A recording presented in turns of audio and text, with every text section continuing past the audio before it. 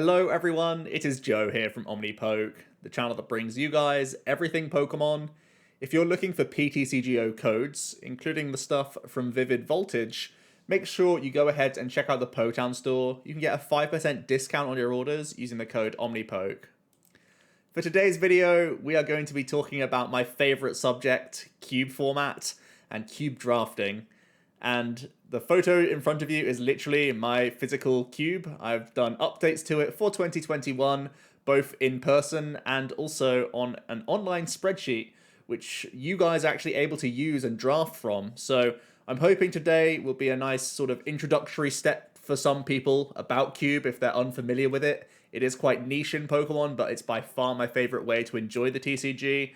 It can go over my physical cube, and then from this video, I'm hoping that you can go off and start drafting and playing with your friends and really start getting involved in Cube, because there's no excuse not to. It's actually just phenomenal all around. It's the best experience, I promise you guys. So yeah, we'll be going over, firstly, what my cube is all about, then we'll look at the cube itself and break down some combos, some cards that I like, the reasons why I've chosen those cards, and what I'm sort of thinking about as someone who's building a cube in the first place, just in case you guys also want to be constructing cubes. This could also be helpful just for people who are already established with their own cubes, just to think about things that I'm trying to think about. Maybe it's something that you guys haven't thought of, or should be more conscious of, be it, like number crunching or sort of pet peeves that I don't like, or things that I do to allow myself a larger card pool. These sorts of things may not be intuitive to some people, and it's what I'm trying to do with a cube.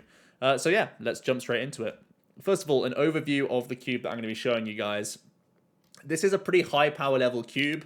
It is standard evolution, so, the Pokemon that you expect to evolve into one another are those exact Pokemon. It's not a mutant cube, so it's just going to be Bulbasaur into Ivysaur into Venusaur, etc.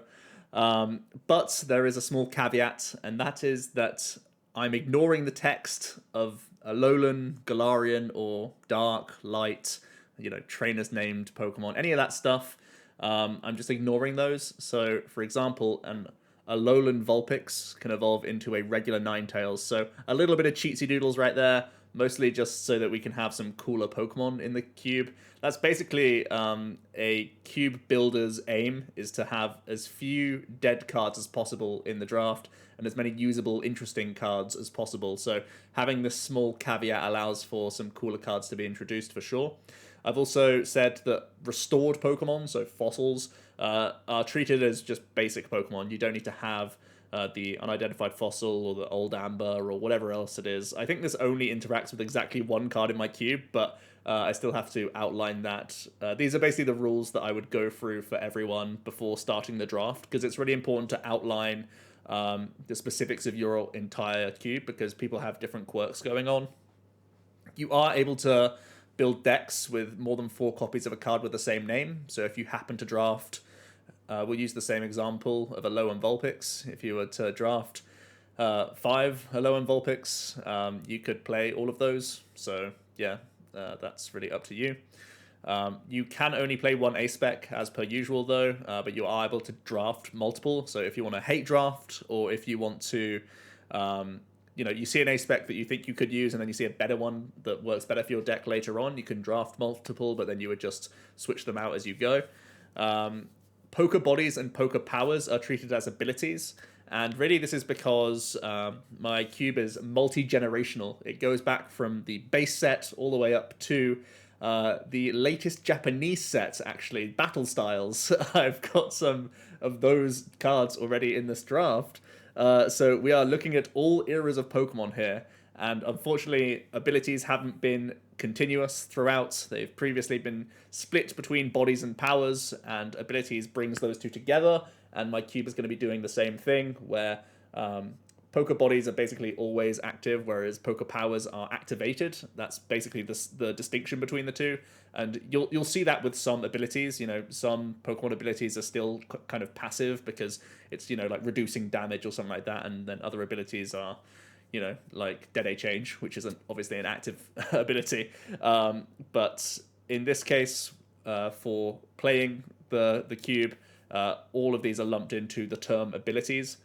Also, lowercase EX Pokemon provide one prize card when knocked out. So the lowercase EXs are the early Nintendo EX era, and typically their stats are just weak enough to be treated as one prize Pokemon now, and don't need to have that additional drawback. But there are also uppercase EX Pokemon in the cube, which do provide two prize cards when you score a knockout.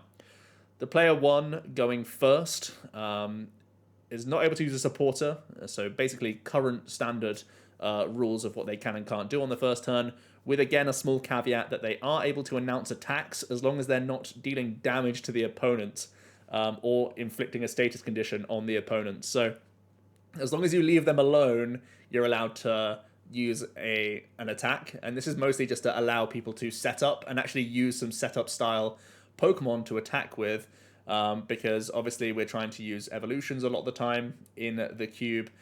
So having these additional attacks, sometimes it allows you to play some nice setup Pokemon. Sometimes some of the evolving Pokemon that you have will already have, call for family style attacks that can get you going into play, so that people aren't just getting donked quickly.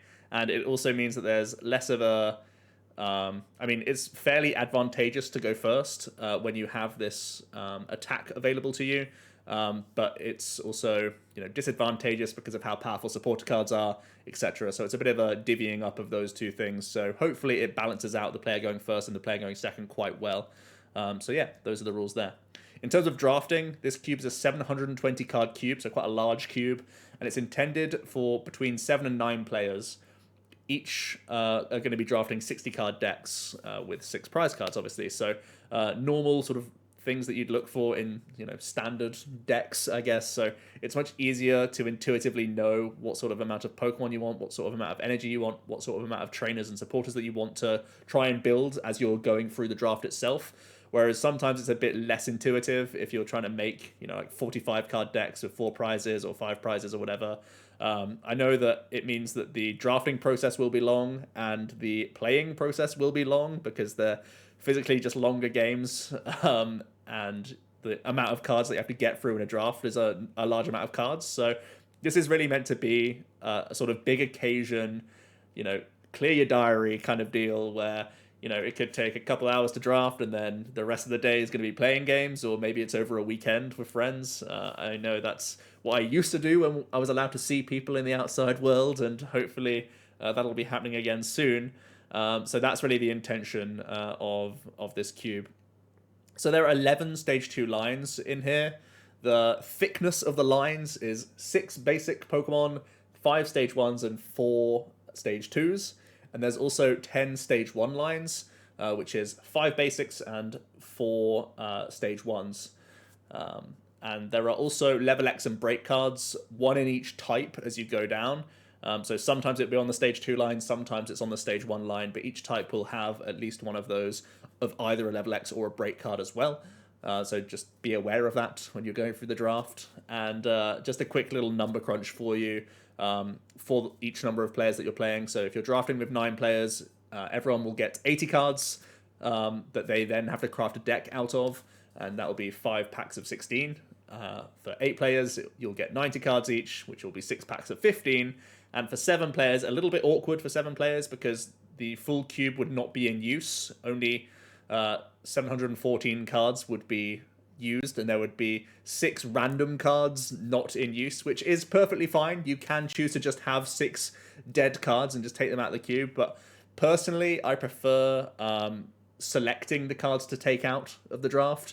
And especially when you're going down to 7 players, having 11 stage 2 lines is quite a lot of choice for people, and it means there won't be much competition for things.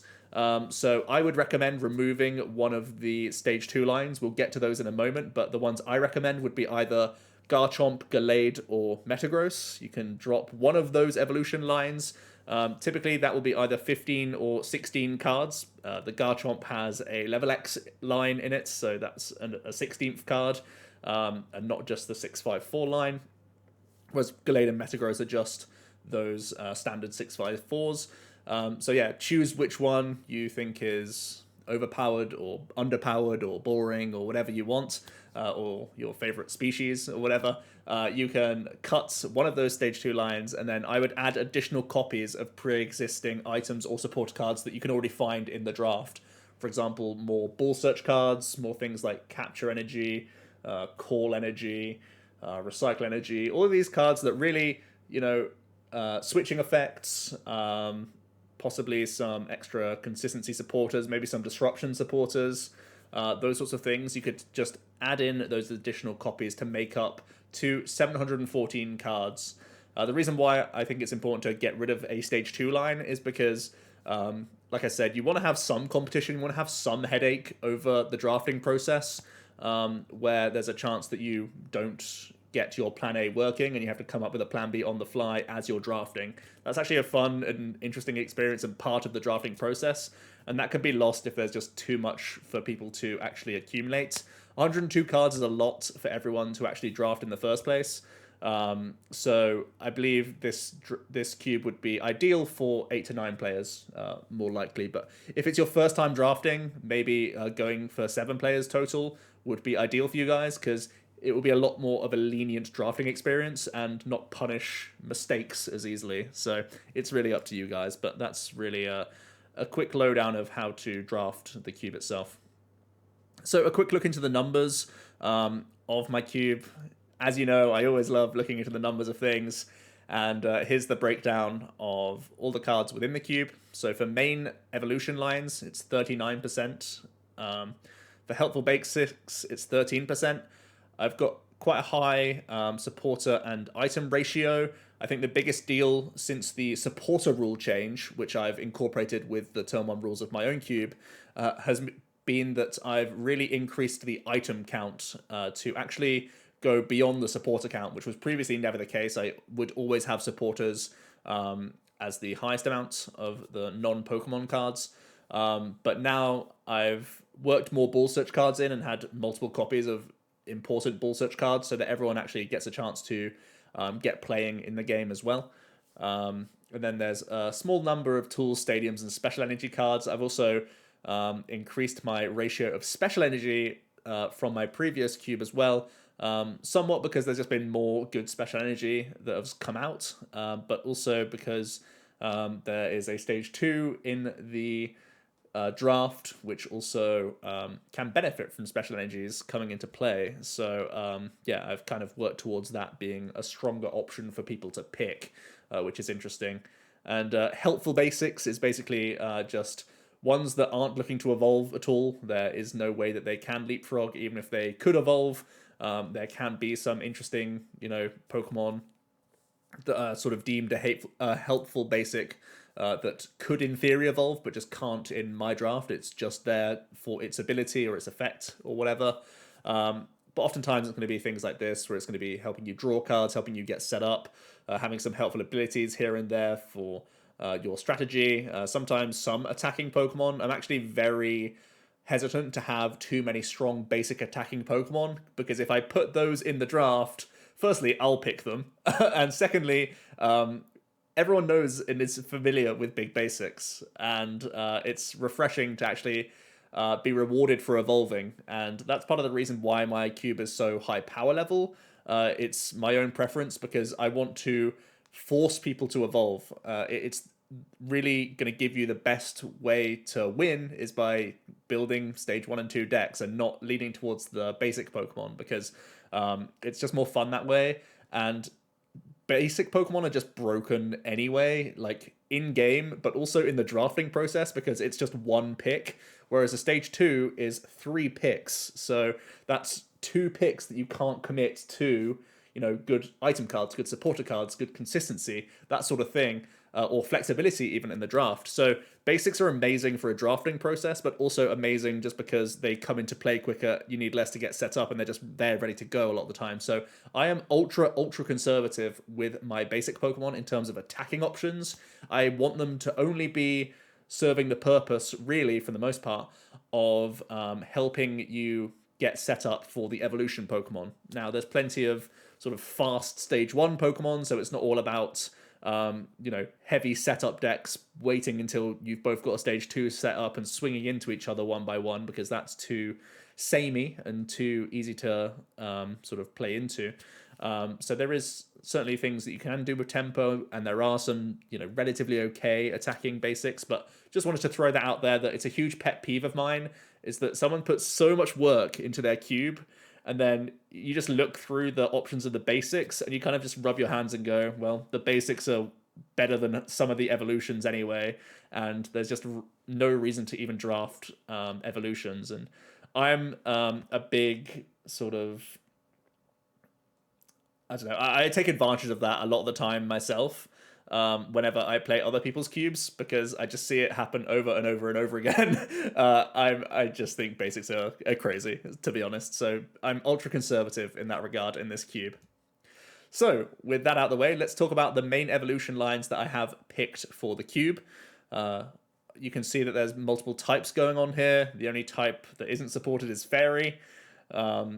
Rip fairies. I was hoping that as more fairy Pokemon came out, I would be able to introduce them into a cube format, but they've been cut short, unfortunately. So for my grass types, I've decided to have Venusaur as my stage 2, with Yanmega as the stage 1. For fire, it's Delphox Ninetales, water, Empoleon, and Alolan Sandslash has recently come in. We've got Zoroark Hydreigon, we've got Metagross Bronzong, we've got Porygon Z with Cinccino, we've got Magnezone Raichu, we've got Machamp Lucario. Lucario also has obvious synergy with Garchomp. Obviously, you can see the precognitive aura one on the screen, so there's a little bit of a nod towards the Garchomp there. And I also have Crobat Weezing as one psychic line, but I also have Gardevoir, which is split with Gallade to be a half psychic, half fighting sort of combination of the two. Now, the Gallades are all colorless attacking Gallades, so in theory, they're like a utility stage 2 line that you can see in here. But there's a few reasons why I have this Gardevoir Gallade thing going on. So there's a bit of a disparity for fighting Pokemon in general, because fighting Pokemon actually hit 3 different types of weakness. They hit Dark Pokemon, colorless Pokemon, and lightning Pokemon, all for weakness. So my sort of balance for that was to have an additional psychic Pokemon line, firstly in the draft, but also to have some additional fighting Pokemon in at the same time, so they can sort of be fighting against each other, but also be like splashable options against some of these archetypes. At the same time, Crobat currently wasn't hitting anything for weakness, being a psychic type in that. I mean, it could hit Machamp for weakness, but giving more help to Crobat for having something else that it can hit for weakness, I think was also pretty important. Crobat's definitely a line that I really enjoy. The lightning types actually hit 2 things for weakness as well, so it's important to have more fighting Pokemon in terms of having the Gallades in here. So it's a strange sort of weakness map that I've got going on here. The lightning Pokemon already being very strong, being able to hit both Empoleon and Bats for weakness made me think that having some other psychic options that can be weaved in alongside Crobat potentially, or some other stuff could be weaved in. So yeah, just some things to bear in mind in terms of the weakness map. The only other thing that I'm like half worried about is that fire types are able to hit metal and grass for weakness, which is something that I am aware of and sort of trying to monitor as I go. But regardless, the sort of good thing about fire is that they're typically known for high damage output already. So in theory, they're looking towards getting one-hit KOs regardless of hitting for weakness or not. So that's kind of the main sort of like workaround I'm trying to go for right now. A few other things to note is that Garchomp obviously is fairy weak, so it essentially has no weakness, which is pretty broken, and Garchomp is certainly one of the more suspect evolution lines in the draft, so certainly a strong one if you can build the pieces together. And then my Lotic line is, again, kind of like a utility line, similar to Cinccino, really, in that it basically just comes into play and has some decent abilities available to it. You'll rarely ever see my Lotic attacking. They essentially just have great abilities to work off of. So yeah, I think really the core concept of having such a number of versatile main evolutions is that I've really tried to allow people to build any aspect of the TCG that they like. I have a ton of different friends who have sort of pet decks from across the generations and across the years. Some people love spread archetypes, some people love stalling archetypes. There's hit and run approaches. You know, you can try and build towards tanking archetypes. You can try and build like huge hand advantage style decks. You can try and build sort of stage one rush. You can have sort of type coverage box going on all over the place. You can just have, you know, like as many efficient attackers as possible. There's all sorts of different things that I've tried to jam all into one cube. It's not necessarily the case that each type has its own sort of identity. I know that's sometimes a big theme for people's cubes, is that like the fire deck could just be big damage, the grass deck could just be tanking, or whatever else. And there is a bit of that going on naturally, just how cards have been printed. But I have also tried to have like good cross synergy between archetypes, and we can talk about that as we go through the specific Pokemon throughout the draft as well. So I've already been talking a long time, but let's actually get into the Pokemon. So here is my Venusaur line. I'll pretty much ignore talking about most of the basics and stage ones unless they have some real big reasons to sort of think about them more, I guess. If they just have amazing abilities or good early game attacks. You can see there's two Find a Friend Bulbasaurs, just because that's probably the best one you want to start with, because it can just get a grass Pokemon out of your deck. So just a small note there. The Dark Ivysaur is actually one of the main reasons why I love having Venusaur in the draft. Dark Ivysaur is a crazy card. He honestly is. When Dark Ivysaur retreats, you're then allowed to choose one of your opponent's bench Pokemon and bring it up into the active. Crazy, crazy card. It's one of the best cards in the draft. You'll probably hear me saying that a lot because there's so many good cards in this draft. It's a pretty high power level. But Dark Ivysaur, yeah, that's a big reason why I like having Venusaur in my draft as my stage 2 line. So you can see that straight away that it's not a fully singleton cube. Singleton meaning there's just one copy of each card. You'll see that there's, you know, multiple copies of the Bulbasaur and the Venusaur here. So it's somewhat of a balancing reason. I'm trying to balance out the hit points, the damage output of most of the stage 2s in here. And my hit points sort of range between, I think, 170 at the highest end and 130 at the lowest end. Actually, 110 at the lowest end for my stage 2s, because Gardevoir has 110, I believe. So yeah, that's a big disparity, but Gardevoir's never really an attacker. So yeah, mostly attacking options sort of between that sort of 130 to 170 range. And again, there's still a slight disparity there, but you know, the high end, the 170 are all the chunky guys that have high energy attack costs, and the 130s are the little fast hitters kind of thing. So yeah, but yeah, Venusaur's sort of identity is having some energy manipulation going on. So Jungle Totem doubling a grass attachment to 2 energies means that straight away Venusaur is super splashable, because any DCE style attacker in the draft can think about having Venusaur as a line in their deck, just because he could be chilling in the background, being, you know, turning all of your basic energies into DCEs is just like wild for certain stage 1s in here. So definitely something to bear in mind. Makes him fairly splashable. Doesn't mean that he's always going to be front and center swinging, but a vanilla 90 is pretty decent. There's a Floral Scent Venusaur, which allows you to search out a Pokemon every single turn. Doesn't sound that incredible. It's not insane hand advantage or anything like that, but it just gets you set up. And I think really this is if you're going pure Venusaur. You probably want to pick up the Floral Scent just so that you can keep your army of Venusaurs sort of building, because you're wanting to tank with them as much as possible. You're wanting to constantly have Jungle Totem in play. So sometimes you'll see lines that it's kind of like, this card is just a standalone good card. People could play a 1/1/1 line of a certain stage 2 if it's a good enough stage 2 at the top, which is kind of the case for Jungle Totem. Whereas Floral Scent probably makes it into less decks in general, although it is still a flexible ability, but it would just be the sort of cherry on top if you were going like pure Venusaur, for example. That's kind of the same for the Venusaur EX. The Energy Trans means you can move your grass energies around your board as often as you like, which is pretty crazy. Bear in mind, this is an old EX, so it only gives up 1 prize, which means, again, it's not the worst attacker. Solar Beam, it's a 5 energy attack cost, but that's only 3 energies if Jungle Totem's in play, so again, 3 for 90 is not too bad. It does have 2 weaknesses, which is a slight problem. It's weak to Psychic and Fire, so that's a little bit rough. But yeah, Venusaur, the Floral Scent ability as well, can be really good just for some other great combos like Porygon Z, or Weed Out Hydreigon as well could be a crazy combo where you're weeding out cards and then Floral Scenting them straight back in. Like, you can recycle them with trainer cards or supporter cards, and Floral Scent straight back into them. So if you have some good coming into play effects combined with Weed Out and Venusaur, that could be a crazy combo as well. So You actually have to think about the full cube whenever you're adding any individual card into the cube, because there's just so many options that can go on here. So yeah, some interesting stuff going on. Yeah, Mega, one of my favorite stage one lines. It's a really aggressive early card that just gets on the board quickly and gets a lot of damage placement around. Linear attack is able to access the bench. That's why there's two Yamega Primes, just a fantastic card in its era. Yamas are also super flexible. A lot of them have free retreat. Well, two of them do.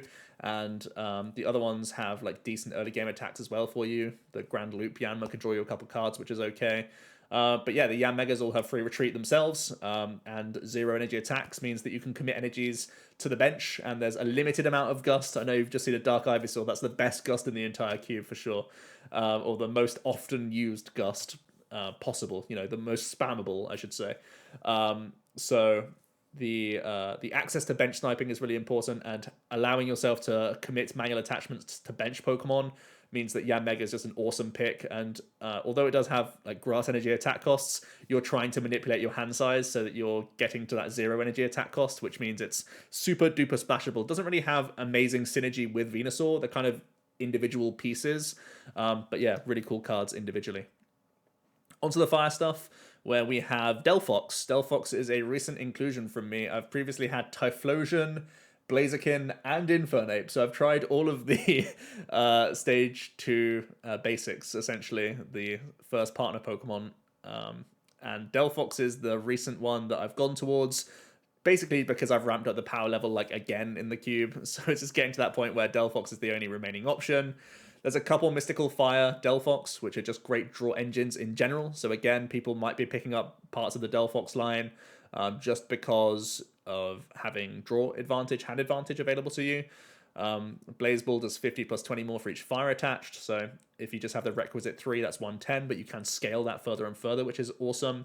There's also the Mystical Torch Delphox, which can burn, which is guaranteed 20 extra damage each turn, which is really awesome. Again, if it's just sat on the bench and not doing anything else, that's still a good amount of value for you. Really helps you push to one-hit KO range, which is kind of the theme of Delphox, trying to push into really high damage, scalable damage output. And the final Delphox from Fates Collide has that Psystorm, which is 20 times the amount of energy attached to all Pokemon in play. Again, this is kind of the late game sweep kind of deal, or if you're up against a deck that just happens to also flood a bunch of energies into play, you're going to be in luck there. In terms of synergies, these are all kind of self-contained cards. Delphox could be incredible. The Mystical Torch one for any deck, because it's just damage mod.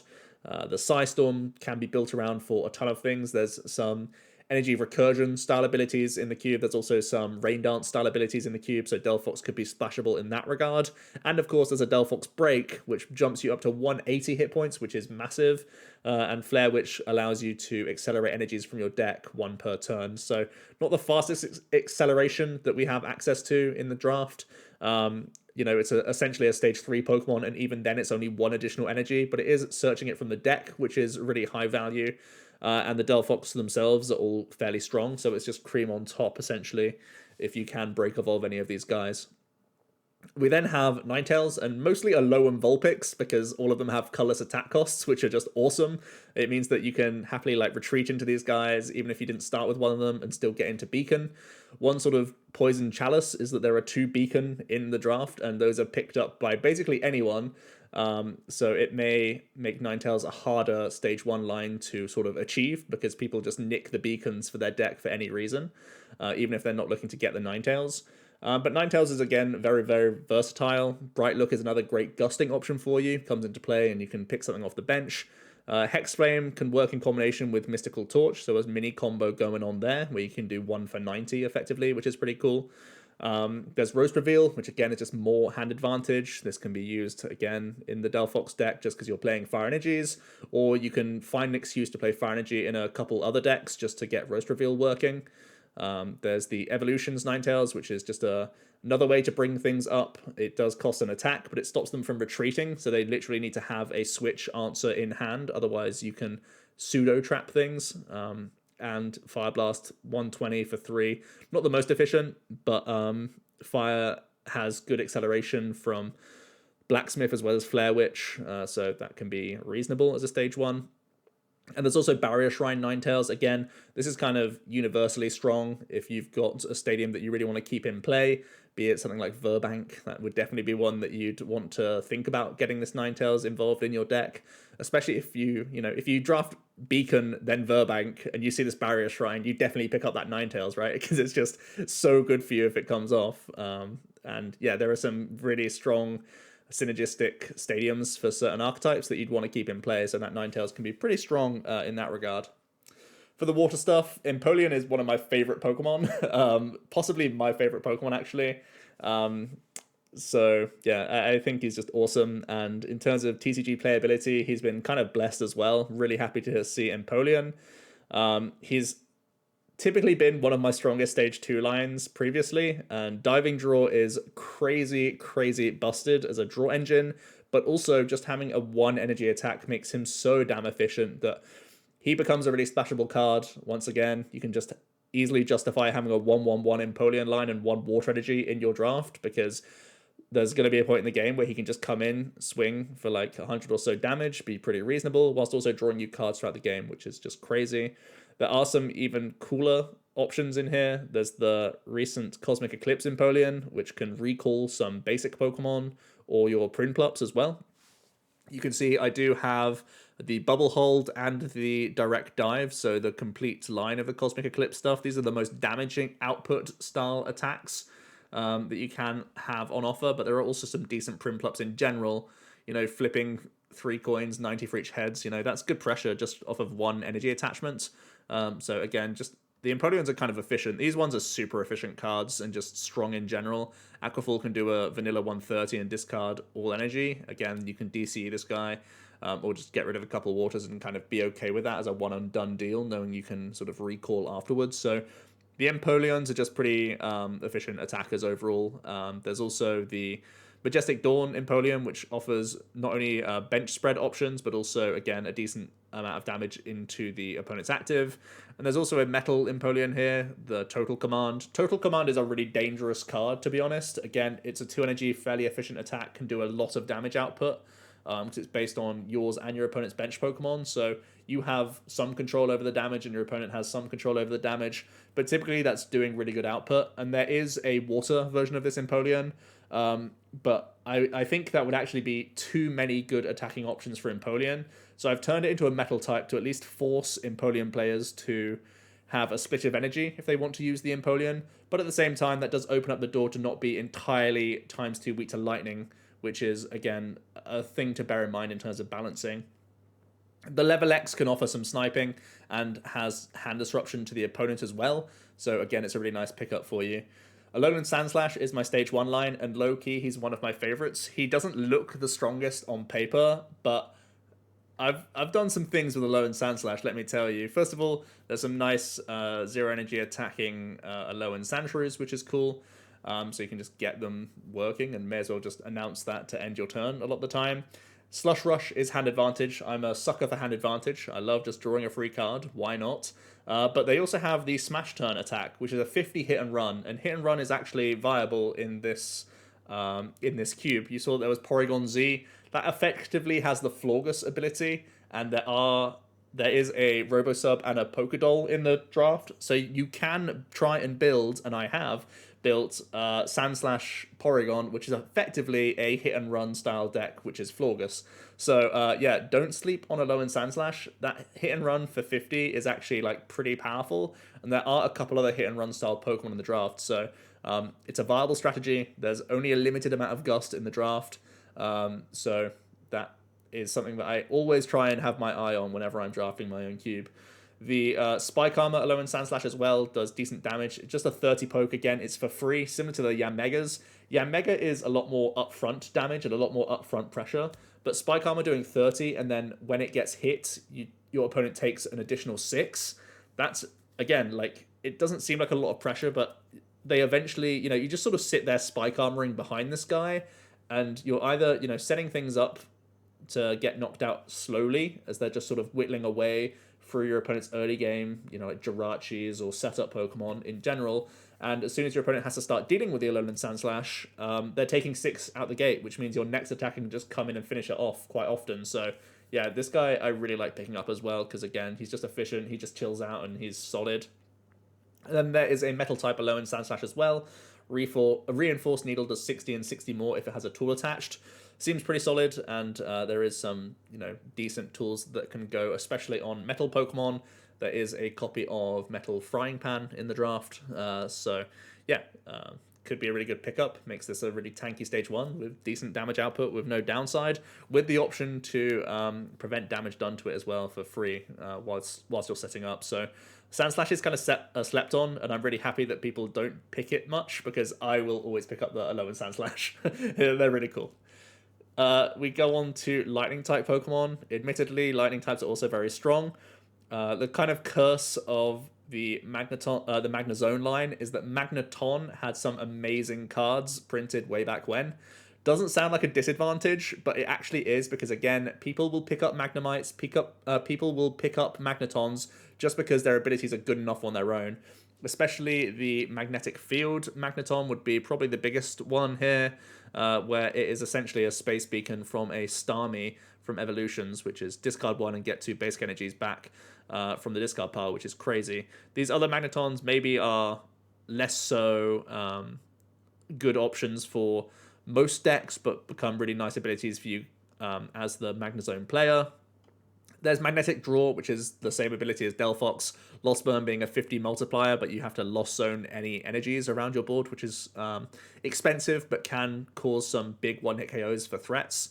We do have Magnetic Circuit in here. It's the first time I've had Rain Dance in my cube for basic energies at the very least. And I have gone for the stronger one. It does 130 for 4. It can set itself up, and it does have then obvious synergy with Raichu as an attacking option and obvious synergy with Lost Burn as well. So yeah, certainly a powerful combination if you can get multiple Magnezones set up. Makes it one of the most high priority picks in the draft, I would say. There's also Dual Brains Magnezone, similar to what I was saying with Sandslash. This has a hit and run style attack, so it's not all about the ability, but it's also a hit and run style option. And there's also the Unified Minds Magnezone, which can be a metal and lightning type, first of all, and also it has 120 vanilla damage, which isn't huge output, but it allows you to get a trainer from your discard pile back to your hand, and spamming that every turn could be crazy. Because it could get you some disruption cards, it could get you consistency cards, it could get you damage modifiers if you get laser or electro power, something like that. So yeah, that one's also a really cool one to pick up. So all the magnets are cool for their own reasons, but also can work in conjunction with each other. So very awesome line as well. We can't have a cube without Pikachu, so we do have a Raichu line in here. Raichu has actually been toned down because there are some crazy Raichu cards, specifically the more recent Alolan Raichus, too strong for cube in my opinion, because they can, I mean, one does insane spread damage and one can just scale high damage output and has free retreat, which is nutty. So the Raichus are surprisingly scaled down from what they used to be, but still some really powerful stuff going on here. Some of them are just good beat sticks, like Circle Circuit and the Evolutions one. But having Evo Shock in here as well for some disruption for the opponent. You can see there's also Call Signal here as well if you are trying to go towards stall or disruption. So yeah, there is Hydreigon and Raichu in the cube, so you can try and build towards Weed Out Paralysis Lock if you really want to. It's kind of difficult to achieve, but if you can, you're a god. Congratulations. Yeah, I like having these lines open for people. We've also got the Raichu Prime, which is a standard good attacker that can yoink energies from anywhere. And the Raichu Level X is really the thing that breaks Raichu wide open. I think you'd only really see people building attacking Raichu if they've picked up Circle Circuit on its own, or they have different Raichus in here because they can at any point level X and get a free Voltage Shoot off, which does 80, and you have to discard 2 lightning from your hand to do that. But yeah, an 80 anywhere, whilst also being able to then attack with one of your other Pokemon afterwards is pretty nutty. So yeah, the Raichu line is cool. Next up, we're on to Bats for the Psychic stuff. Bats are the first kind of tricksy spread guys available here. You can see that there are the 2 new Golbat and Crobat. They're not yet released in English, but they're already in my draft. The Golbat draws 2 when it comes into play. The Crobat draws 3 when it comes into play, and it has a vanilla 100 damage attack for 2 colorless. So pretty efficient and draws cards, which is something that was kind of lacking for the Crobat line.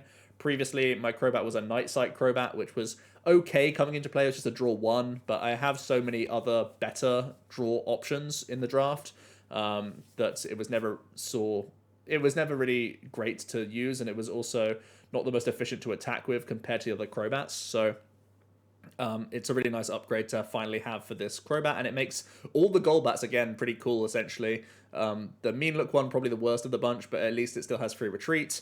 Dark Golbat was a 1 damage counter that you place, and the Sneaky Bites are obviously 2 damage counters that you can place around the board. Swoop across as well, being able to cash in on spread, which is reasonable. And yeah, the new Golbat being allowing you to draw 2 when it comes into play is just extra cream on top. Basically, every Zubat has free retreats, apart from the skill dive and the double attack, which is nice just to pivot out of there. Allows you to get into some of your early basics and protect your guys as you evolve up into them, which is cool. They have low hit points, which would be scary if you weren't the one playing bats. So yeah, it's only really awkward if you face bat mirrors or other things that can do early spread.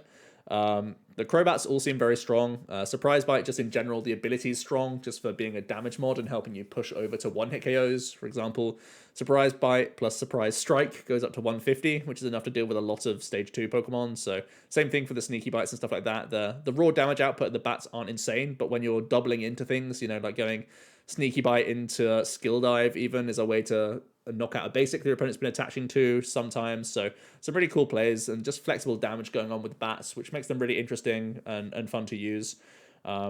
Sound Veil is a really strong ability. It gives you a turn of immunity effectively, whilst being able to do 60 and 4 damage counters of poison between turns as well. And switching effects are limited in Cube, so status conditions just in general are much stronger. So that's a strong Crobat. All of them have fairly low hit points compared to the rest of the Stage 2s, but that's kind of counterbalanced by the fact that they all have free retreats and are relatively efficient to attack with. Again, they have colorless attack costs for throughout here as well, so they can be flexible and put into all sorts of different decks just because they're strong. And Crobat Break is sort of worth building around. Silent Bite does only 60, but it does paralyze the opponents if you choose to shuffle your entire bat line back into your deck. So essentially gaining a free turn, a free 60 damage, whilst also kind of sometimes resetting some great abilities like Surprise Bite and Sneaky Bite, or even some of the draw options as well if they're sat underneath the break, which is just additional good things for you. So yeah, the break is again worth building towards. The Wheezing line is an interesting one. This is my only form of ability lock by having 2 Galarian Wheezing in here. They have to be active and they don't have the highest damage output, so that's kind of how I'm trying to balance the card. I thought about having Garbodor as my Stage 1 line in here, but I think Garbodor just isn't fun enough, whereas I think Galarian Wheezing is at least somewhat interesting to build around. You're trying to play around with poison. You're still able to use abilities as well, so you can gain massive hand advantage on the opponent if you're stopping them drawing cards, but you're still able to use your own abilities. So yeah, Galarian Wheezing, very cool. The 2 other Wheezings are spread-based, as you know. There's a couple of Blow-Away Bomb Coughings, and there's 1 Roxy in the draft, so if you do work towards that Roxy combo, you can get even more damage for the Wheezing approach, which I think is pretty cool. There's also a very strong Division Coughing, which allows you to search for 2 more, which would definitely be the one that you'd want to find in your early turns. So yeah, it's cool Wheezings, which is a new introduction to the cube. Previously, because I've had Crobat and Gallade, I've gone without a Stage 1 for my Psychic Pokemon for quite a while. Also because I have 3 Espeons as part of my evolution package, so they naturally sort of fill the role of having the Psychic type, which is kind of why I'm happy having Wheezing, because it's kind of like part Dark as well as part Psychic. And the Espeons naturally tend toward a spread approach anyway, so that could lead to a sort of Wheezing Espeon Stage 1 Rush hybrid type deck as well. So we'll see where that goes, and if anyone tries to build towards it. For fighting stuff, Machamp is pretty much the only Stage 2 option, in my opinion. I think it's just crazy, and it's great for all sorts of different cubes, because there's been so many Machamps printed that you can scale him as you like, which I think is epic. Nothing really to say about the Machops or the Machokes, unless you were happening to find your strong energy early, in which case Machop can be a really annoying beat stick, where you can do like 40 for 1 for a couple of these guys, which is nuts. Machoke does have Daunting Pose, which is one way that you can protect around spread damage, which is a really nice deal for you, especially because, Crobat and Weezing are both psychic types, so at least being able to stop the spread with the Machoke is something that you can have going for you. And if you splash Machamp in with some color style attackers or something else, you could be okay. The Machamps don't have much draw, so they're one of the kind of things that need a lot more attention. You need to be very conservative in your drafting and make sure that you draw a lot of, or sorry, you draft a lot of supporter cards to sort of back him up or have some engine in the back for you. But the payoffs are huge because the Machamps literally are huge and they're tanky, and they all do good damage. So yeah, they're basically just like the raw stat beatdown kind of guys, but they're just historically always strong. So yeah, never blame anyone for drafting Machamp. It's pretty much just safe and solid, even in this high power level cube. There's also the Lucario line as the stage 1. Again, a really strong stage 1 line going on here. The Riolos aren't doing much for you, but there's some crazy Lucarios. The Precog Aura is one of the highest priority picks in the draft because you can combine that with Garchomp, which we'll see later. It's some of the best search that you can have in the game.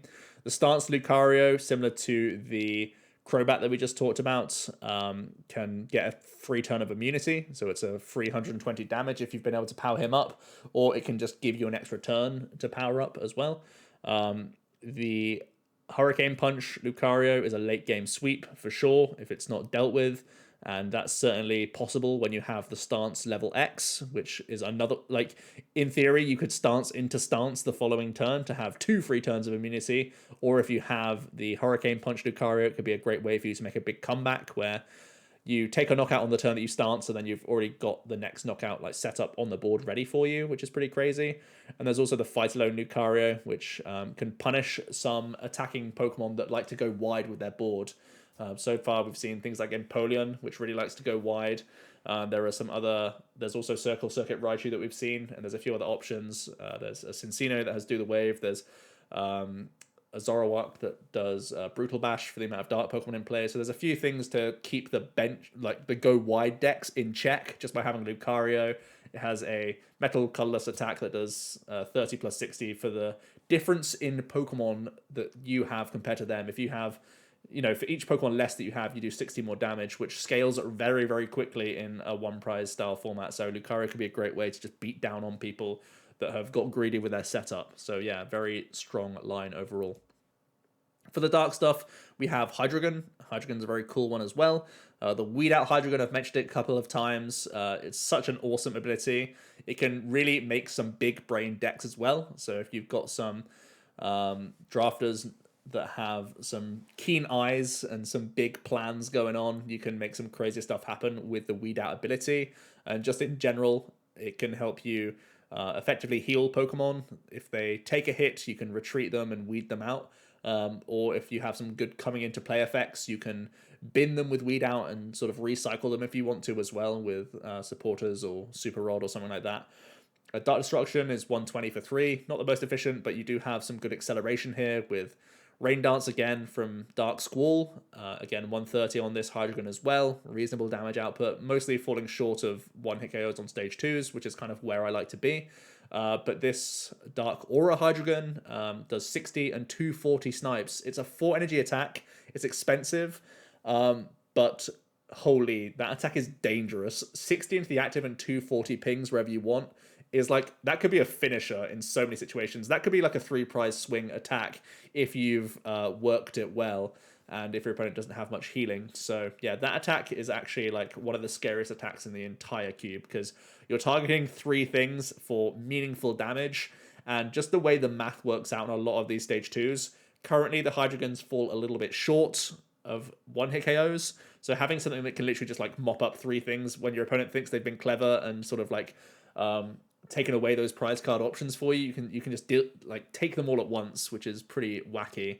And finally, the Dark Impulse is a great way to get energies out of the discard pile. So Hydreigon, again, pretty strong line.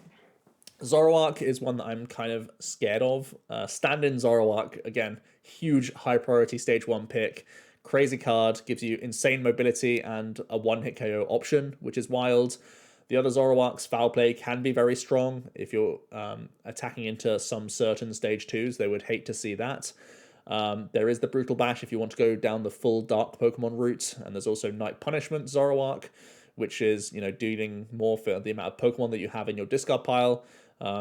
which is fun to work towards. There's also the Plasma Flareon in here, so you can make somewhat of a sort of stage 1 rush kind of deck, again, with that in mind, knowing that you're trying to pitch Pokemon throughout to do good damage. And there's also Zoroark Break, which is just naturally similar to the DCE Foul Play Zoroark, just another way that you can be efficient. And you jump up to 140 hit points, so maybe you're able to spam the attack twice, which could be pretty awkward to deal with. For the metal stuff, I love the Beldums. Basically, every Beldum is awesome, and it really does help out the Metagross line, which I think is worth helping because it's not inherently the strongest or most efficient attacker here, but when you get Metagross rolling, it actually can be really strong and really rewarding to build. So having a bunch of really helpful Beldums with Magnetic Call and 2 Call for Family Beldums is just a really nice thing to have. It means that if you do draft that thick Metagross line, again, you can just really get things going for you. This is a line that is usually left out by people as well, which comes with its advantages because you know that you can let things wheel and be greedy with your supporters and your trainers, knowing that Metagross will not be touched a lot of the time, and you can just pick him up later, which, again, has huge benefits to it. At the same time, Metagross, the Machine Gun Stomp, the sort of main one that we have 2 copies of, can get crazy if you have enough good draw. If you have some of those Delphox or Magnezone Primes to fall back on. If you have Roast Reveal, Ninetales, which is usable with Metagross because you have 2 colorless in your attack costs, you could be a Fire Energy attacking Metagross deck if you really wanted to. There's also Cincino in the draft. So there's a lot of ways you can gain hand advantage here. And make your machine gun very, very powerful. It also has the Theta Double trait, so you can have 2 tools attached to this guy. So if you can make Metagross tanky, that would be awesome. There are some things like Hard Charm and Big Charm that you could try and put onto Metagross to make him sit around for a lot longer. There's the newer Champion's Path Metagross, which has 170 hit points. I think that's the highest raw hit points of any of the Stage 2s in here right now. It also gives your stuff free retreat, which is a lot of help when your Metagross otherwise would have 3 or 4 retreat on everything. And Leg Quake does 100, and if it's into an evolved Pokemon, it can't attack during your opponent's next turn. Again, good damage output, but also forcing the opponent to have switch outs can be really annoying for some chunkier stuff, which is a great attack. And then finally, there's the Metagross EX. It has the Magnetic Redraw Poker Power, which basically is like a let loose style effect. Each player shuffles their hand in and gets 4 more cards. So yeah, this can be the one of the most disruptive abilities that's in the Stage 2 lines for sure. And the Scan Blast is also kind of known as Scam Blast as well, because it does 70 and 70 to each of your opponent's bench Pokemon that has the same name.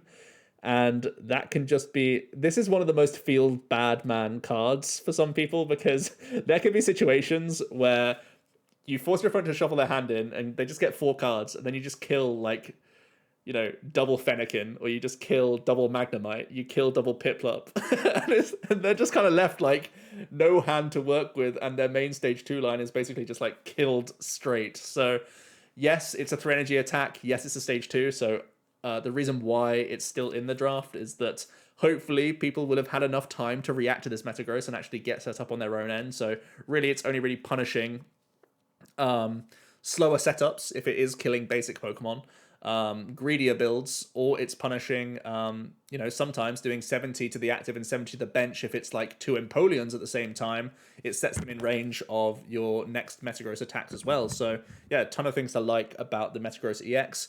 Another thing to bear in mind is that it has weakness to fighting and fire, so that's kind of a balancing thing, that it's got 2 weaknesses, so it makes it much more vulnerable to use, but when you can weave him in, really, really strong.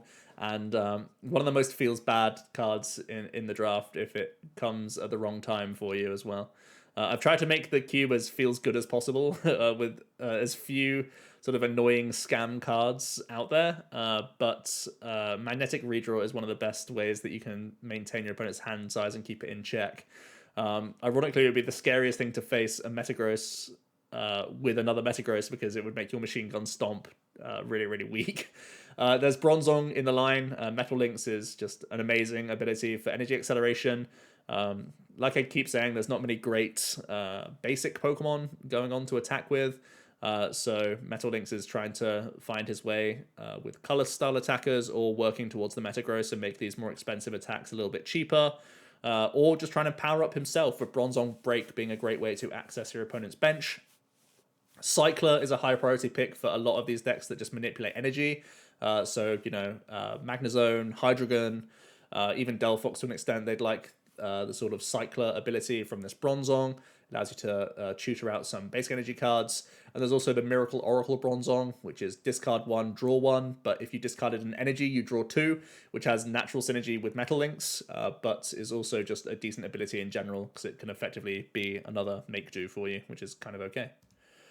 Onto Garchomp. Garchomp doesn't have a accompanying dragon type. It does have that one Lucario that it likes to look out for, and it naturally attacks for colorless and fighting. So the Lucario is kind of a pseudo helper to the Garchomp as well, so something to bear in mind. But effectively, the only interesting sort of stage 1 available for dragon types is Altaria, and they all do the same thing, which is buff damage. And don't really want that when Garchomp is already one of the stronger stage 2s out there. The Dragon Call Gabite is certainly a build around, certainly one that people oftentimes try to deny from the Garchomp player. If they can't deny Lucario, at least try to deny Dragon Call, because it can be a really easy way for your opponent to then access the Garchomp quickly. It means that they don't whiff a lot of the time. And yeah, the Garchomps are pretty strong. Turbo Assault and Bite Off aren't high damage output, but they're, again, efficient attacks, and they can do extra acceleration for the bench. Mat Cut and Dragon Blade, again, fairly efficient attacks, and punishing special energy is pretty handy in this draft. And the two Ultra Prism Garchomps are very high damage output, probably the key workers in the deck, where they can do 50 damage pings, which is already pretty good, but also Royal Blades for 100 vanilla. Doesn't sound like a big beat stick, but if you happen to have drafted Cynthia, you get to do 200 damage, and then it's really you trying to draft pal pads and trump cards and stuff like that to try and loop that attack, because holy, that's a huge power spike turn if you can get the Cynthia combo in the Garchomp deck. Also, let's not forget the Garchomp level X can come in and Dragon Pulse, which can flip coins and deal damage around your opponent's board when it comes into play, which is very cool. And the Restore attack allows you to cheat more Garchomps into play. So if you get to that sort of mid-game where a couple Garchomps have been knocked out, you could take a turn level Xing and using Restore to get more back onto your bench for future turns, which again is pretty cool. They don't have the highest damage output unless you have Cynthia, and they don't have the highest hit points, but they're efficient, and they have, again, like free retreat, similar to what I was saying with the Crobat line. So they're flexible and just very decent cards that has some of the scariest engine available. If you're able to keep Dragon Call and keep Precognitive Aura, if you draft, the nuts, you can make your Garchomp deck insane. So to the utility lines then, we have the Gardevoir Gallade line. Like I said, it's like part fighting, part psychic, and there's literally a dual type Gallade there as well, which is both of those two types. It does 120 and moves energy back to the bench, which is, again, just efficient damage. It has high hit points as well. There's the Premonition Gallade, which is just a good ability to have in your deck in general, but Sensitive Blade also an efficient attack. Powerful Storm is something that can really cash in on having a ton of energy acceleration, which is very powerful. And Telepass Gardevoir is the reason why I can't cut Gallade from my cube, because I just love Telepass Gardevoir. It's just such a crazy poker power. If anyone was playing back in the day, in this era of old school Guardy Gallade, Telepass OP, love to see it. There's also that Milotic line, which has a ton of interesting abilities and poker powers. Sparkling Ripples, just getting cards back, can be very powerful. It could be, your way back into a reset stamp, or your way back into a gusting effect, something like that. So sometimes those are really high priority things to recover. Energy Grace is a way to power up, one of the more expensive stage 2s all in one go. It could be really helpful for like a Magnezone, a Delphox, a Metagross, one of those sorts of guys. You are giving up a prize, but sometimes it's more based on being able to deal with a threat right in front of you at that time. So Energy Grace can be good for that regard. Sharing is like a mini Telepass. You get to look at your opponent's hand and then yoink a supporter from there, whereas Telepass is from their discard pile. So that could be really cool. The upgrade to Smeargle, essentially, because Smeargle doesn't allow you to say no, whereas Milotic does. So if you have some supporters in your opponent's hand that you don't want to use, like chorusing to 1 or sycamoring away your hand when you have like 8 cards in hand. Smeagol would make you do that, whereas sharing doesn't force you to. You can just say, oh, thanks for the hand information. No, I don't want to use that supporter. And the final one is Healing Shower, which can heal both sides of the boards completely, which is a really strong effect. Sometimes that can be just used because you've been hit first, then you Healing Shower, and then you hit them back straight away. But it could be, again, a really awkward moment for, the Crobat players, the Hydreigon players, the Weezing players. You see that Healing Shower come down, and they're going to feel really bad. The only good news for them is that Feebas only has 30 hit points, so it can be something that they can target down quite quickly a lot of the time. So then we finally got onto the color stuff. I didn't realize how long I could talk about my cube, but holy, I just love cube so much, and there's a lot of intricacy for the draft itself. But yeah, so the Porygon 2s are all interesting. Backup, one of the strongest abilities again in the game. It can just draw you up to 6 on a stage 1, which is epic. So people just try and pinch that and have it in their deck whenever. Mapping, download, 3D reset, and even spatial distortion. These are all decent abilities for a ton of decks as well. So you don't necessarily need to be building towards the Z line to still want to have these just in play. But the Porygon Zs do have some big upside. Dimension Transfer being the biggest build around. Like I said, similar to Florgus in what it can do. You flip a coin and then put a trainer card on top of your deck after if you flip heads, which is just wild. There's some definitely spammable things that you want to do here, be it hammer effects, be it hand disruption options like red card. It could be dolls, like I said. So yeah, Porygon Z is actually very strong. Crazy Code is in here as well.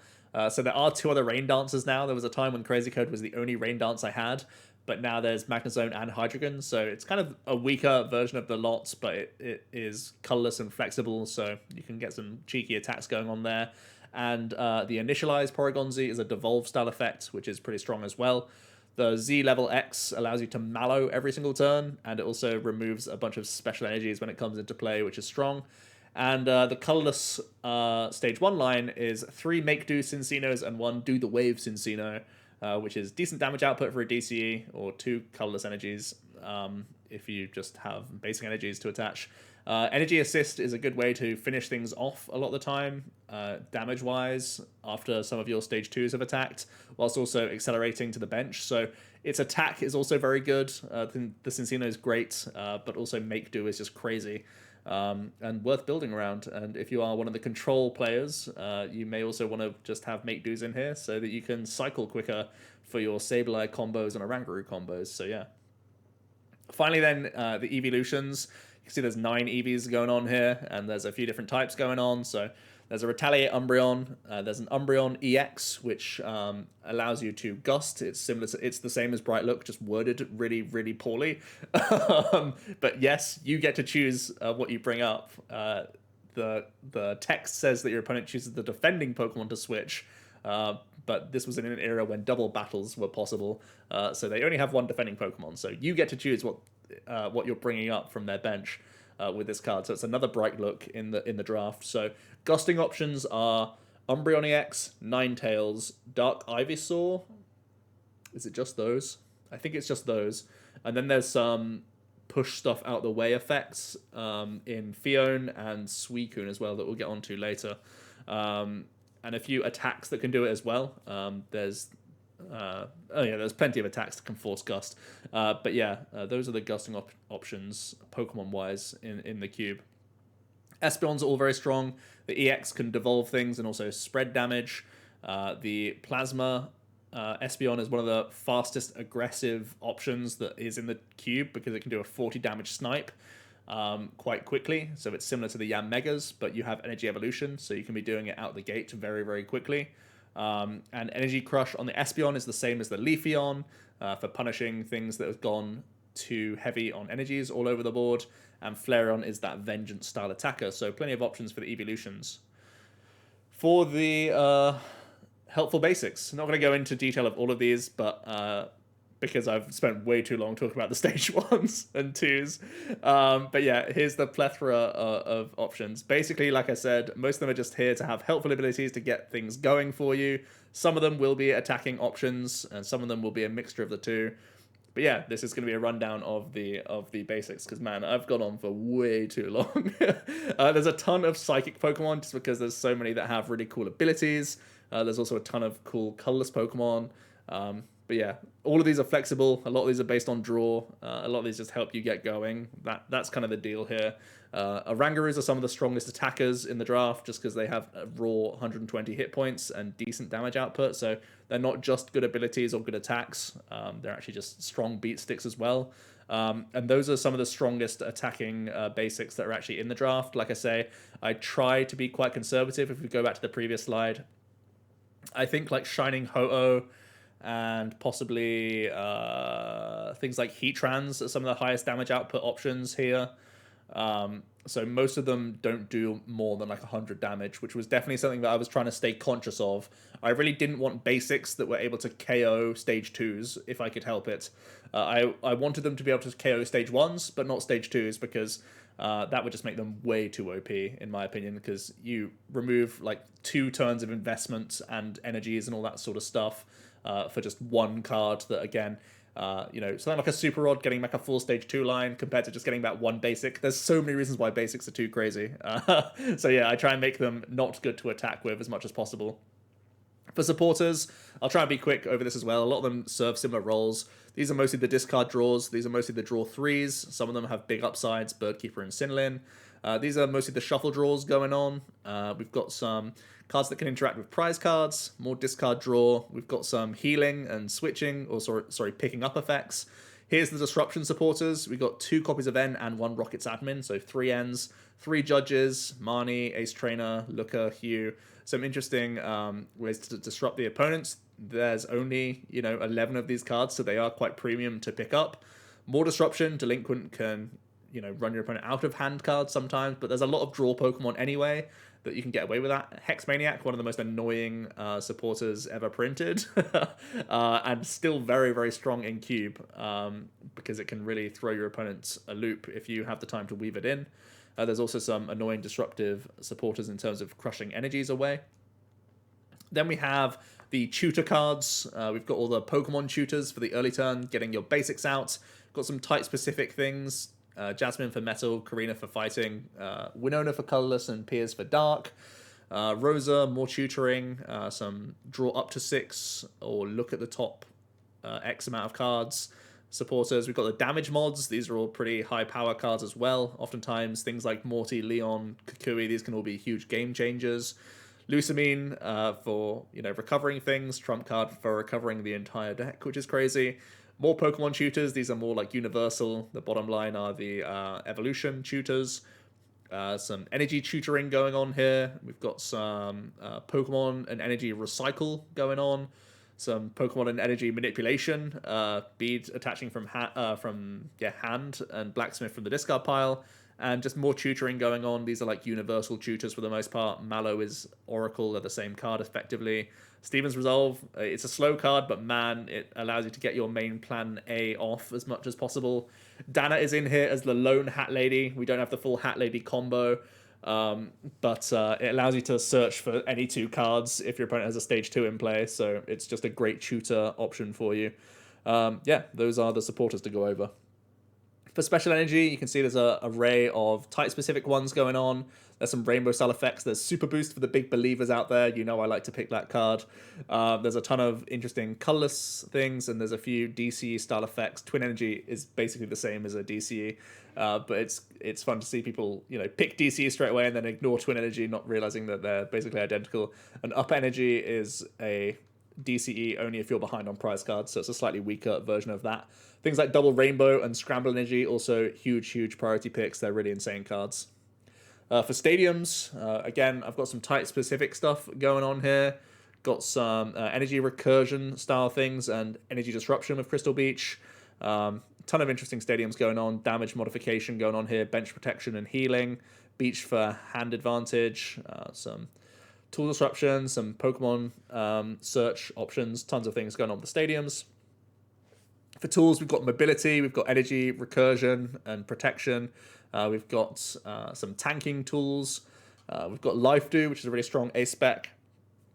for stopping that prize trade. We've got damage mods, and we've got some unique cards, things like Focus Band to stay alive on a coin flip. Technical Machine Rock allows you to devolve things. Cessation Crystal, one of the strongest cards in its time, because it's, again, ability blocking, which is just wild. And Rescue Scarf lets you bring back that Pokemon, which is really nice. For trainers, then, we have Mobility again, switching style effects and ropes. Healing over here going on. Energy disruption. We've got pickup style effects. We've got energy recovery and energy search kind of cards going on. We've got hand disruption. Misty's Duel is a rock, paper, scissors, which is always fun. We've got some draw trainer cards going on for the most part, and resource recovery with Junk Arm, Dowsing, and Item Finder.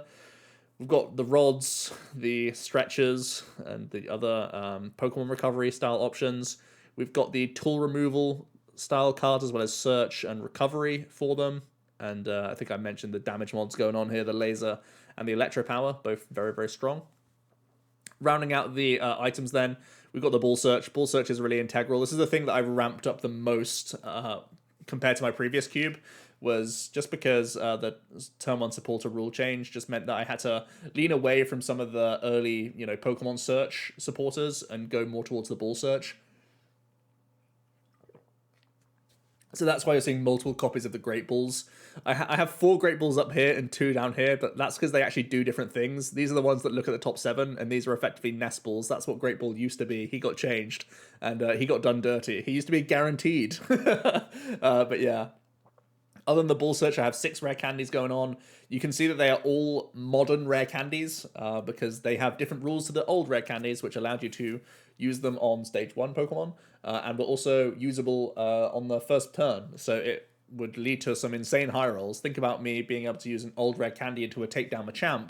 That would be crazy. So yeah, you don't want that to happen. And you don't want people going rare candy into Yanmega and start pinging things off. Again, really, really annoying style things that just is too fast for tempo if people high roll. Like I said a few times, we've got Dolls, which is somewhat of a combo going on here.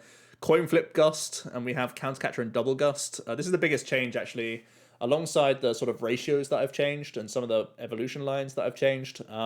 My theory around Gust has changed in the cube. I have a decent amount of Pokemon Gust, and Dark Ivysaur is still insane. But I've cut Lysander, Guzma, Boss's Orders, Gust of Wind, Errata Catcher, or Pre-Errata Catcher, Power Hand Extension, all of those style of things. I've taken them all out of the draft, and that's because I just think it leads to more of a feels bad man effect. If, firstly, someone's able to draft them and the other person isn't, it just means that they will always have an inherent advantage to you in any game that you play because they can interact with more than just the active, which is just completely broken, that only one person can have that. And then also, if people do get recursion style effects, if they're able to spam, especially any of those trainers are just silly. The Gust of Wind and the Power Hand Extension and a Pre-Errata Catcher, they were just way too good because there's no downside to just like slamming them down. At least Boss's Orders, Guzma, and Lysander, they force a supporter, so you have to already be set up and in a decent position to actually weave in the card. So those are sort of more reasonable, and I may work those supporters back in. My initial sort of thesis around gusting was to have so much of it in the cube that everyone could get a piece of it, so everyone would be doing it to one another. And that makes it feel more like standard, and I do like having a high power cube and making it feel like it's a back and forth similar to standard format of, like the Diamond and Pearl era probably. Or maybe, yeah, around that sort of era, maybe Prime's era. But it turns out that some people just got too much gust all at once. Having that much gust just in the cube meant that it meant that if people got lucky, it just made them extra lucky because someone got 3 gust compared to 1 or none, and then it was just wildly unfair. Ended up cutting like most of the gust now. So I do think that there will still be that advantage of having Bright Look or having Umbreon EX when the opponent doesn't, but hopefully it'll be just a 1 or 2 time use. As I say, looking at the Devo sprays going on. But yeah, I'm trying to make it much more limited to what it used to be. And if people want to risk coin flips, they can go on ahead. So that kind of leads me into this conversation that I was going towards. I'm sorry this has taken so long. I've kind of just been gushing about the cube because I love it so much. But there's definitely been some balancing things that has happened throughout my experience in cube in general, but also my specific cube has gone through a few changes. Firstly, I've got a ton of the feels bad cards. Gusting can feel really bad at times, so I've definitely toned that down quite a lot from previously. But also cards like Let Loose, cards like Darkness Grey Spiritomb, Guaranteed Energy Removal, and Lass and Getsis, and those sorts of cards that just don't allow people to play the game feel really bad. And I know, like Let Loose is that gamble that you're doing it to yourself and that sort of thing, but when the opponent can Let Loose and then supporter or do something else, if they have Let Loose with a Delphox or a Magnezone in play, just because they've gone first and were able to evolve first, gives the opponent no time to react at all. So really just taking those cards out and allowing people to just have more fun for the most part and actually execute their strategies, I find a way better policy overall than kind of cheesing games early with like one person setting up and the other person not. That's something that you really want to try and avoid. Prism Star Stadium, just a quick note on them. I did have Wondrous Labyrinth in here, or I do have Wondrous Labyrinth in here. But otherwise, the Prism Stars, just the fact that they can't be bounced by like other effects other than literally a stadium replacement makes them crazy strong. And if some of these stay in play for more than 1 or 2 turns, they just get way too much value. So seeing as though some people will draft decks and actually choose to not play any stadiums, like it's kind of like a joke's on them kind of thing if they just run into a Prism Star Stadium. But I prefer to just not have them because it just adds an extra element of RNG where it's like you put down a Prism Star Stadium and then it's down to your opponent to be like, can you deal with a stadium on this exact turn? And then it starts feeling like current standard format where like if one card can't be answered in this 1 turn window, you instantly lose. And that can be the case with some of these Prism Stars. So try to be very conservative on those and not have any of those in. Same could be said really for some big combo cards. Like I previously had Rock Guard in here and I ended up building entirely around Rock Guard in one deck that I made. And it basically solo won me a cube draft just because cycling Rock Guard was way too much value. So yeah, you have to think about cards being used more than one time. Like you can think that an ability or an effect of a certain card is strong, but like if the evolution line isn't that strong or something, you could be doing it for a balancing reason, which is one thing. But the fact that something could be so spammable and so strong just makes anything very dangerous. And with the amount of draw power that I have in the cube in terms of the stage 2 and stage 1 lines, people can get things done. And if they build like a toxic combo, you don't want it to be because of like a focus sash that you just put in because you thought it was helping the fighting stuff when really it creates like a really horrific combo that your opponent can't get out of because it's spamming focus sash loop or something like that. So yeah, it's just some specific cards to be aware of. And then the final note that I've talked about already throughout the video is my tentativeness around basic Pokemon. I think really the rule is allow them to kill stage 1s, don't allow them to kill stage 2s for the most part. And if they are able to do big damage, make sure that they just do a one and done thing where they just die instantly. Like 40 hit point, the Evolution's Clefairy is an ideal example of this. It's got a 3 energy attack that can just copy something and it has 40 hit points. So it comes in, blows something up that does high damage output, and then just dies coming straight back into your opponent's turn. So it's like a 1-for-1 trade. Whereas if a basic is able to like up trade on things whilst also tanking hits, that's when things become a problem, in my opinion. So yeah, let me know what you guys think about this draft. If you're still here, listening to the absolute ramble that I've gone through.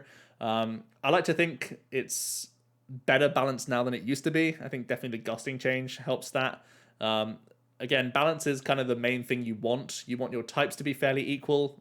You want the sort of options that people can actually draft to be fairly equal.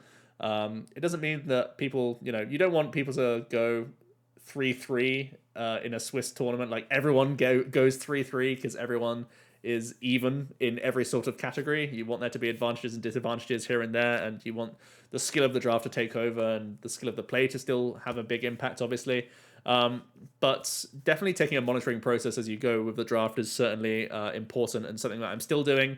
This draft has been built, this cube has been built for 3 years, I think. So I've done multiple cubes with it online and in person, and it's chopped and changed around here and there, and that process is still ongoing. And it's partly because I'm ramping up the power level of the Pokemon as more things get released. I get enticed by some of the new toys that are out there, and obviously there's power creep in the game in general, so I'm picking those up as I go for cards that I like. For example, the new Crobat and Golbat are great examples of that, where they're taking out some boring cards and putting in great new abilities that it's going to hopefully improve the line. So yeah, the cube is constantly changing for balancing reasons, for fun combo reasons, for things that you missed, combos that weren't available or that are available, that you'd want to tweak in some way, make it more consistent, less consistent, unavailable if it's something toxic that gets created, which certainly could be the case. There's a lot of insane abilities here, so theoretically, there can be some insane loops going on with with the cube, because there's things like trump card in here, so naturally people can build insane cycle decks that just tries to target certain cards. So yeah, things to bear in mind. But yeah, overall, pretty happy with it. Like I said, the cube drafter is below, so it's literally just a card list of the cards that I've shown you today and talked about. You can hover over all the cards and they'll tell you exactly what they do, and you can literally draft in that Google Doc down below, and get playing. So really easy and fun to do. If you have any questions on the cube drafter, you can go ahead and join the Legend Box Cube discussion. It's a Facebook group. It's a closed group, but I am an admin there, so if you just drop a nice word, I'll add you to it.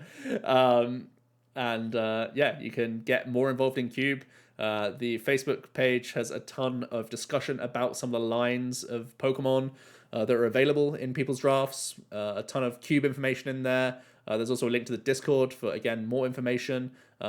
You can ask questions if you're new to cubing, or if you are experiencing Cube as well.